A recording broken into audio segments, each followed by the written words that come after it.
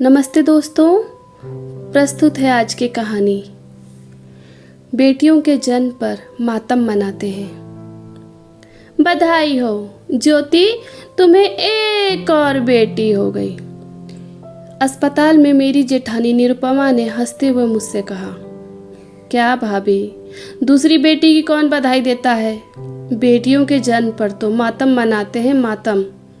मेरे पति शेखर ने मेरी जेठानी निरुपमा से कहा। तब मेरी जेठानी हंसते हुए बोली, देवर जी, अगर अपनी बेटियों को टाइट करके नहीं रखा ना तो देखना एक दिन भाग जाएंगी किसी के साथ। मेरी आंखों में आंसू आ गए। मैं मन ही मन समझ रही थी कि जीजी तो यही चाहती थी, तो भगवान ने भी उनकी सुन ली, तभी तो बधाई दे रही हैं। और बधाई के बहाने बहाने कड़वे कड़वे तीर भी मार रही हैं। पता नहीं खुशी मना रही हैं कि गम। अस्पताल से घर पहुँचे तो देखा सासू माँ सिर पकड़कर बैठी थी। ऐसे विलाप कर रही थी जैसे आसमान टूट पड़ा हो। हाय, मेरे बड़े बेटे के 2 बेटे, छोटे के 2 बेटियां हो गई। अरे भगवान, हाय, काश भगवान मेरे शेखर को भी एक बेटा दे दिया होता। क्यों अम्मा बेकार का विलाप कर रही हो? घर का माहौल मत खराब करो। मेरे और शेखर के बच्चे हैं तो घर के ही बच्चे हैं ना सब, क्या फर्क पड़ता है? 2 भाइयों के हिसाब से 2 बहनें हो गई। मेरे जेठ जी बोले, जिसका होता है उसी का कहलाता है। बड़ी मम्मी या चाची माँ नहीं बन सकते। मेरी जेठानी तुनक कर बोली। जेठानी का एक एक शब्द नस्तर सा चुभ रहा था। अम्मा का झुकाव पोतों की वजह से हमेशा बड़ी बहू की तरफ ही रहता था। बड़े भैया इतने समझदार, जबकि मेरे पति शेखर को बेटियां बोझ ही लगती। उन्हें लगता दुकान में इतनी मेहनत के बाद भी प्रॉपर्टी के असली मालिक तो भैया भाभी के बेटे ही रहेंगे। चूंकि हमको तो बेटा नहीं तो संपत्ति में हम दावेदार भी नहीं। कुल मिलाकर जेठ जी के अलावा घर में कोई नहीं था जो मेरी बेटियों दिया और सिया को प्यार करता हो। सबके लाडले तो मोहित और रोहित थे। मेरे मन में कभी भी बेटा और बेटी को लेकर कोई फर्क नहीं था, लेकिन जब पति ही साथ न दे तो औरत को सबके ताने तो सुनने ही पड़ते हैं। दिया और सिया घर के सब काम करती थी, सबका कहना मानती थी, सबका आदर भी करती थी, पढ़ने में भी अच्छी थी। मेरे संस्कार जो मुझसे बन पड़े मैंने दिए। रोहित मोहित दिन भर मस्ती करते और पढ़ाई में भी कमज़ोर थे। बड़ी मम्मी भैया ने मेरा बैग छुपा दिया है, कल मेरी परीक्षा है। वो खुद तो पढ़ता नहीं और मुझे भी तंग करता है। मेरी बेटी सिया रोते हुए बोल रही थी, तुझे पढ़ लिख कर कौन सा कलेक्टर बनना है? जा माँ का हाथ बटा। अम्मा तुनक कर बोली। मैंने जेठानी जी से बैग देने को कहा। अरे कहाँ जा रहा है इसका बैग? दे देगा। सिया को भी पता है वो इसे छेड़ता है, फिर भी झूठ मूठ आंसू बहाएगी। मैं आगे कुछ ना बोल पाई। तभी जेठ जी गुस्से में उठे और रोहित के कान खींच कर लेकर आए और उसे डांटते हुए बोले, खबरदार, मेरी राजकुमारियों को तंग किया तो ले बेटा सिया तेरा बैग। सिया खुश हो गई। रोहित हमेशा उसे छेड़ता कि तुम दोनों बहनें इस घर में मेहमान हो, मेहमान। इस घर के मालिक तो हम दोनों भाई ही हैं। खैर, समय बीतने लगा। बचपन की बातें घर के उसी आंगन तक सीमित रह गई। दोनों भाई बिजनेस के लिए दूसरे शहर पढ़ाई करने चले गए।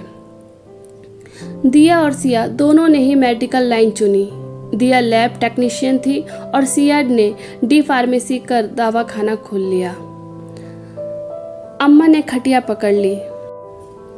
अम्मा बड़बड़ाने लगी, अरे एक लड़की के तो हाथ पीले देख जाती मैं। बेचारे मेरे शेखर की छाती पर दोनों बोझ जस के तस बैठी हैं, मनहूस। तभी जेठ जी बोले, अम्मा, तुम्हारे पोतों की पढ़ाई पर लाखों का खर्च कर दिया, अभी तक किसी ने कमाना शुरू नहीं किया। पोतियां सरकारी कॉलेज में स्कॉलरशिप से पढ़कर कमाने भी लग गई। अब तो दिमाग खोल अम्मा, बोझ बेटियां नहीं तेरे बेटे हैं। जेठ जी ने गर्व से कहा। मेरे पति और जेठानी को भी समझ आने लगा कि दोनों लड़के लाड प्यार में खराब हो गए, जबकि दुत्कारी गई बेटियां आज बिना किसी पर बोझ बने आत्मनिर्भर हो गई। आज नहीं तो कल शायद बुढ़ापे में यही सबको संभालेंगी। सास, पति, जेठानी, कोई अपनी हार माने या ना माने, आज मेरी तपस्या, मेरी परवरिश जीत गई। एक दिन जेठानी मेरी बेटी दिया से अपने पैरों में तेल लगवाने लगी। तभी जेठ जी गुस्सा होते हुए बोले, क्यों भाग्यवान, घुटनों में तेल लगवा रही हो? ये काम घर के बेटे करते हैं और तुम बेटी से करवाकर पाप कमा रही हो, शर्म नहीं आती? तभी मेरी बेटी बोली, बड़े पापा ऐसा मत बोलो, कम से कम आप तो ये फ़र्क मत करो, घर में एक आप ही हो जिसने कभी भेदभाव नहीं किया। बड़ी मम्मी हमारे लिए माँ से बढ़कर है। बड़े पापा एक बार भैया को बोलो शहर से इनका फुल बॉडी चेकअप करवा ले, यहाँ इतनी सुविधा नहीं है। मुझे बड़ी मम्मी के साथ कोई गंभीर समस्या लग रही है, इनकी तबीयत ज़्यादा ठीक नहीं है। रोहित और मोहित दोनों ने अपने सेमेस्टर की परीक्षा का बहाना दे आने से मना कर दिया।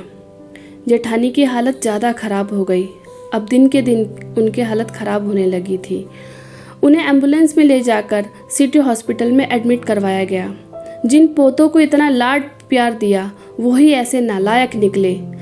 अरे मैंने तो सोचा था माँ बाप के साथ साथ चाचा चाची को भी संभालेंगे, पर यहाँ तो।